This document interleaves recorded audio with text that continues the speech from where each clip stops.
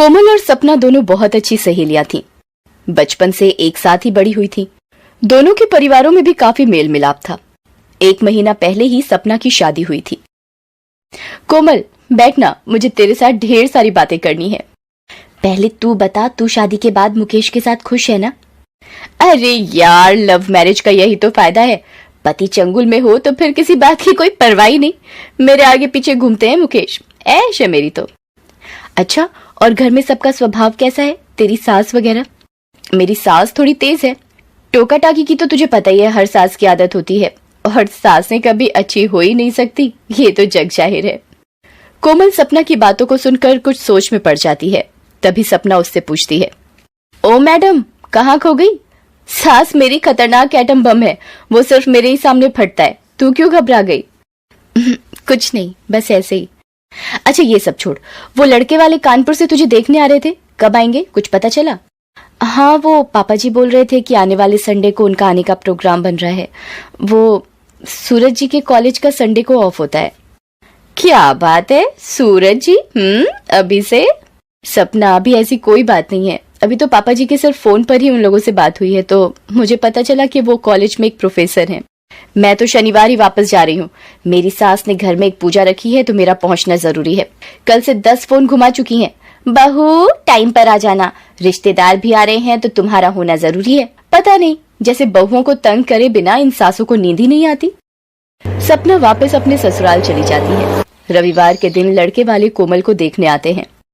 अरे जानकी, कोमल को तैयार होने में कितनी देर है? वो लोग आ गए हैं। दीपक उन्हें बस भीतर ला ही रहा है। जी बस हो गई है, मैंने चाय चढ़ा दी है, नाश्ता प्लेटों में लगा दिया है। आप चिंता मत करो, बस मैं कोमल को ला रही हूँ। लड़के वाले कोमल को देखते ही पसंद कर लेते हैं और दोनों तरफ से रिश्ते की हाँ हो जाती है। कोमल को पता चलता है कि उसकी सास सौतेली है। ये सुनकर वो थोड़ा घबरा जाती है। तभी सपना का फोन आ जाता है। और बता, कैसा लगा लड़का? और तेरी होने वाली सास तुझे कैसी लगी? ज्यादा सवाल तो नहीं कर रही थी? सपना, मुझे तुझे कुछ बताना है। हाँ बोल, क्या बात है? सपना, मेरी होने वाली सास सौतेली हैं। सूरज की मम्मी की डेथ के बाद उनके पिता ने ये दूसरी शादी की थी। तब सूरज और उनकी बहन राधा काफी छोटे थे। ये बात उन्होंने हमें कल ही बता दी थी। हमने रिश्ते के लिए हाँ कह दिया है। अगले महीने शादी का मुहूर्त निकला है। सौतेली सास मतलब कि सूरज की सौतेली माँ? कोमल, रहने दे ये शादी, मना कर दे। जीना मुश्किल हो जाएगा ससुराल में तेरा। सूरज की ये सौतेली माँ पूरा घर कब्जे में लेकर बैठी होंगी, ये मैं तुझे लिख कर दे रही हूँ। तूने देख तो लिया ही होगा जब वो कल आई थी। नहीं सपना, वो कल नहीं आई। सिर्फ सूरज, उनके पापा और बहन जीजू ही आए थे।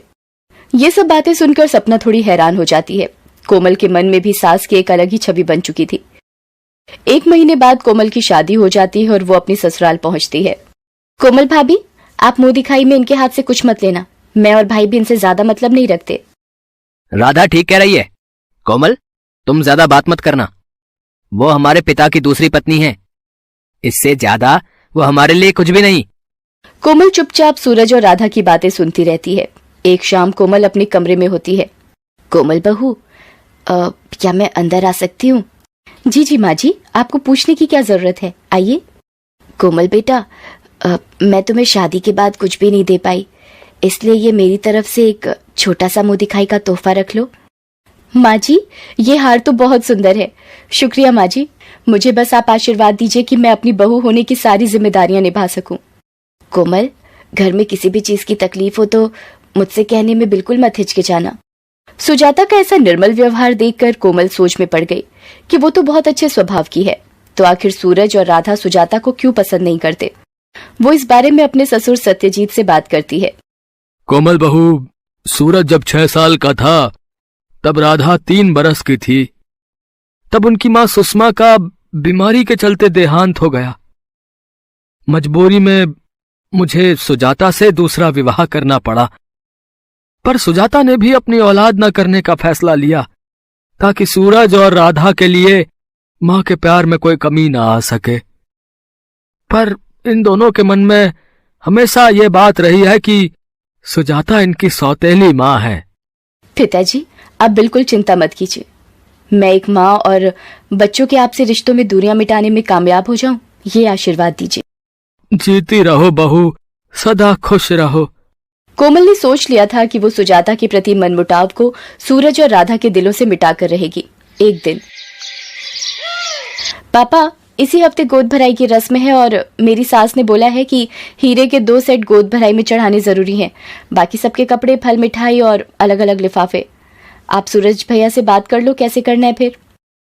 सत्यजीत सूरज से बात करता है। सूरज भी नौकरी पेशा था तो सैलरी में से इतना सब कुछ निकालना मुश्किल था। कोमल सत्यजीत से कहती है, पापा जी मैं आपकी कुछ मदद कर सकती हूँ? मेरे ये कुछ गहने, आपको यदि इनसे थोड़ी मदद मिल जाए।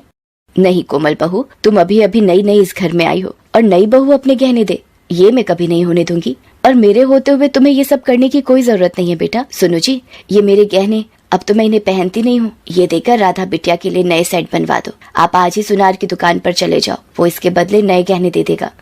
सुजाता, काश सूरज और राधा भी तुम्हारे इस माँ के प्यार को समझ पाते। पापा जी वक्त आने दीजिए, वो दोनों भी माँ जी के प्यार को महत्व देंगे। बाकी माँ जी, आप और मैं भी आज बाजार जाकर राधा दीदी की गोद भराई का सारा सामान ले आते हैं। शाम को सूरज ऑफिस से आता है। वो सत्यजीत से कहता है, पापा मैंने बहुत कोशिश की, शायद कहीं से इंतजाम हो जाए, पर नहीं हो पा रहा। अरे पापा, ये कपड़े, गहने, ये सब कौन लाया? बस बेटा, भगवान के आशीर्वाद से सारे इंतजाम हो गए हैं। अब राधा बिटिया की गोद भराई की रस्म की सारी चिंता दूर हो गई। सूरज कमरे में आता है। कोमल उसे बताती है, सूरज ये सारे इंतजाम जो आप देख रहे हैं, ये सब माँ जी की वजह से संभव हुआ है। आज राधा दीदी की गोद भराई की सारी तैयारियां उन्होंने ही की हैं। कोमल सूरज को सारी बात बताती है कि सुजाता ने अपने सारे गहने बेच दिए हैं ताकि राधा की गोद भराई में कोई कमी ना आए। ये सब सुनकर सूरज सोच में पड़ जाता है। वो राधा को फोन पर सारी बात बताता है, जिसे सुनकर वो भी मायूस हो जाती है। अगले दिन सब राधा के घर पहुंचते हैं। लड़के के मायके के लोग भी गोद भराई की रस्म के लिए आइए। पंडित जी, मैं सबसे पहले अपने होने वाले बच्चे को उसकी नानी माँ का आशीर्वाद दिलवाना चाहती हूँ। सूरज भैया, माँ को लेकर मेरे पास आइए। माँ, चलो आपकी बेटी आपको बुला रही है। बच्चों के मुंह से माँ सुनकर सुजाता की आंखों में खुशी के आंसू फूट पड़ते हैं। सुजाता, जाओ, अपने नानी माँ होने का फर्ज निभाओ, अपनी बेटी को आशीर्वाद दो। चलिए माँ जी, इसी दिन के इंतजार में आपको बरसों लग गए, आज वो दिन आ ही गया। माँ जी, सुजाता राधा के पास जाती है और उसे खूब प्यार और दुलार करती है। माँ, मेरी प्यारी माँ, मैंने आपको समझने में बहुत देर कर दी। माँ, मुझे भी तो गले से लगाओगी ना? मेरे बच्चे। राधा के ससुराल वाले भी ये अनोखा प्यार देखकर बहुत खुश होते हैं। राधा की गोद भराई की रस्म बहुत धूमधाम से होती है। सूरज और राधा का व्यवहार भी अब सुजाता के लिए बहुत अच्छा हो गया था। एक दिन, अरे भाई कोमल, शादी के बाद तो तू मुझे बिल्कुल ही भूल गई। और वो तेरी सौतेली सास कैसी है? लगता है कुछ ज्यादा ही तंग करने वाली सास है तेरी, तभी तुझे फोन तक नहीं करने देती। सपना, मेरी सास जैसे लोग लाखों में एक मिलते हैं। शायद मैंने पिछले जन्म में अच्छे कर्म किए थे जो मुझे माँ जैसी सास मिली। वो तो एक देवी है, मेरी सास सबसे खास है। कोमल का इतना कहना था कि सपना इसके आगे कुछ भी ना बोल सकी और उसने फोन रख दिया। जैसे ही कोमल फोन रखकर पीछे मुड़ी, सुजाता वहीं खड़ी थी। सुजाता ने कोमल को गले से लगा लिया। कोमल ने साबित कर दिया था कि इंसान की पहचान बिना परखे कभी नहीं होती।